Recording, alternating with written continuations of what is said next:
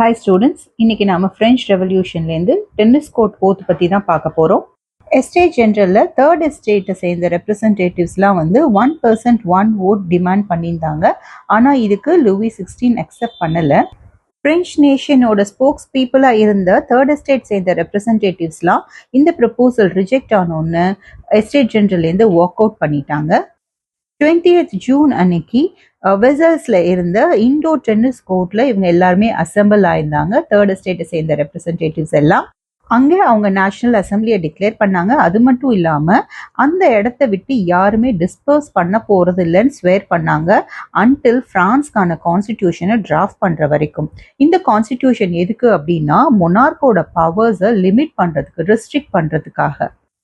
இந்த third estate ரெப்ரசன்டேட்டிவ்ஸை lead பண்ணது யாரு அப்படின்னா மீரப் அண்ட் அபேசியஸ் அப்படிங்கிற 2 பேர். மீரப் வந்து நோபல் ஃபேமிலியில பிறந்தவர். ஆனா அவருக்கு பிரான்ஸ் வந்து ஒரு சொசைட்டி ஆஃப் ஃபியூடல் ப்ரிவிலேஜா இருக்கிறது கண்டினியூ பண்றது அவருக்கு விருப்பம் இல்லை. அண்ட் இதுக்கு அகெயின்ஸ்டா அவர் பவர்ஃபுல் ஸ்பீச்சஸ்லாம் கொடுத்தாரு. அவரோட ஜேர்னலும் வந்து கொண்டு வந்திருந்தாரு.